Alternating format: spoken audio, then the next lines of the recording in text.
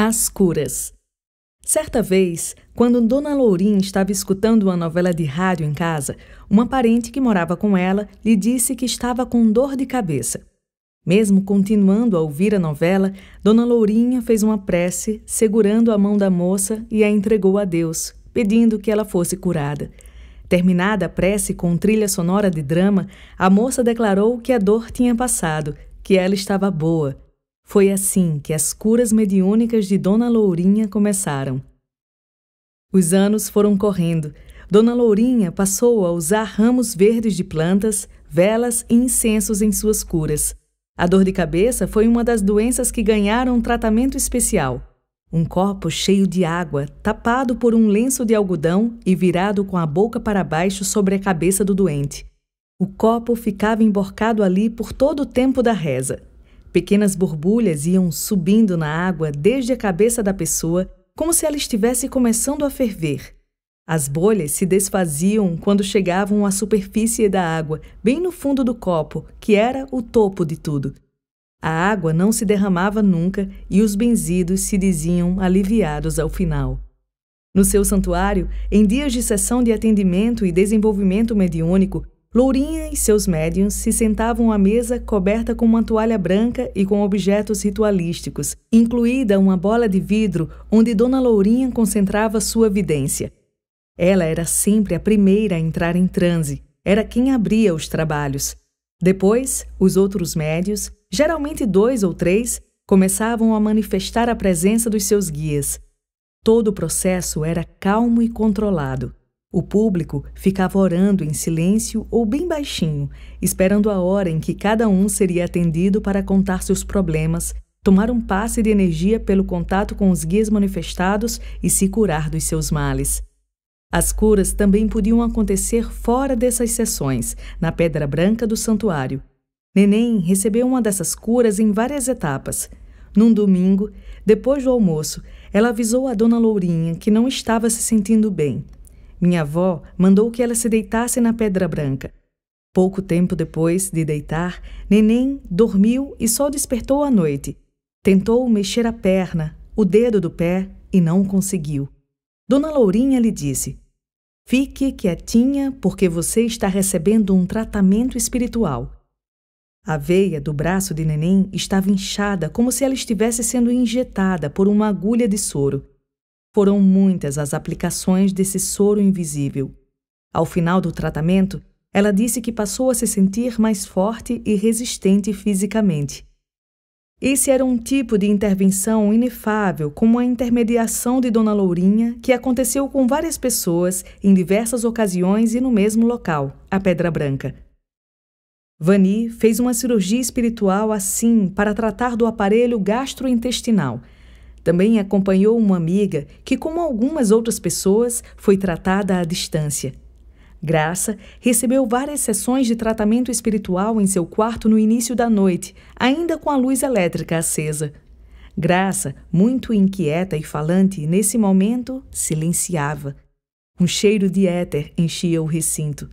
O braço de Graça se estendia, uma veia se destacava e ela adormecia em seguida.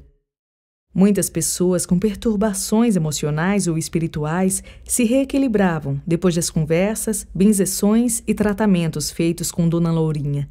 Recuperavam empregos, a saúde melhorava, ficavam menos ansiosos e com mais disposição.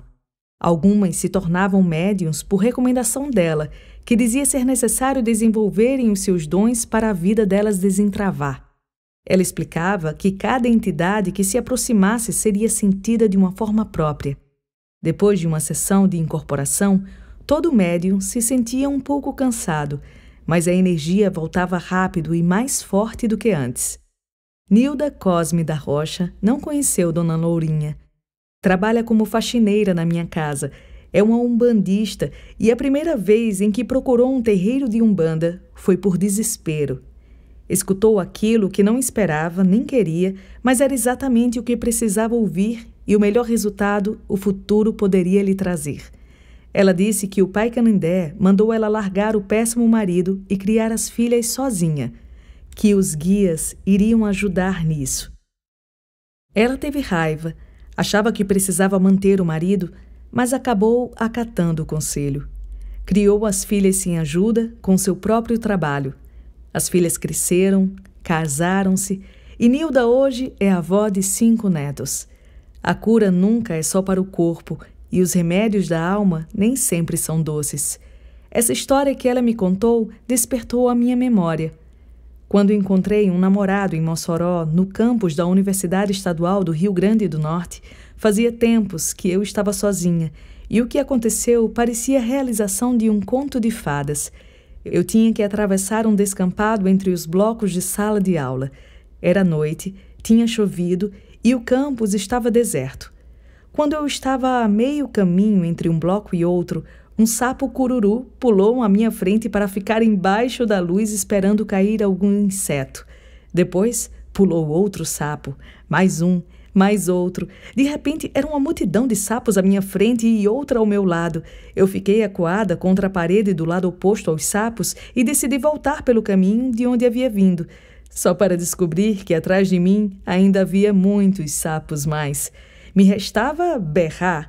Foi o que eu fiz e isso atraiu o meu príncipe. Calma, menina. Ele literalmente me pegou no colo e me içou daquele horror. Contei essa história para Dona Lourinha, pensando que esse encontro tinha algo de encantado.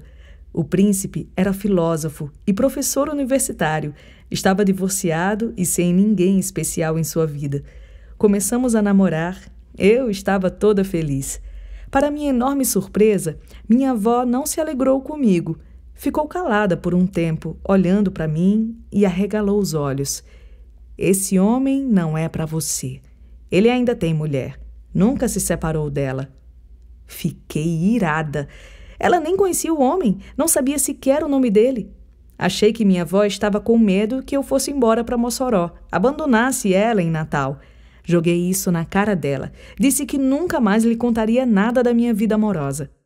Dona Lourinha se assustou, começou a chorar e me pediu para nunca fazer isso. Ela morreria. Fiquei calada, mas fui embora com um quente e 2 fervendo. Uma semana depois, encontrei em Natal uma amiga de Mossoró e lhe contei do namoro novo. Disse-lhe o nome do professor, que era da mesma universidade em que ela trabalhava. O sorriso murchou na cara dela. Tenho que te contar. Vi ontem ele com uma mulher da livraria da UERN. Eles estão juntos como sempre. Acho que nunca chegaram a se separar. Ai, que raiva desse príncipe que tinha virado sapo! Que vergonha de mim! Mesmo assim, não queria dar o braço a torcer e ainda demorei uns dias para ter coragem de voltar a ver a minha avó e lhe pedir desculpas. Ela nem se vangloriou tanto. Só disse, eu sabia, e me abraçou.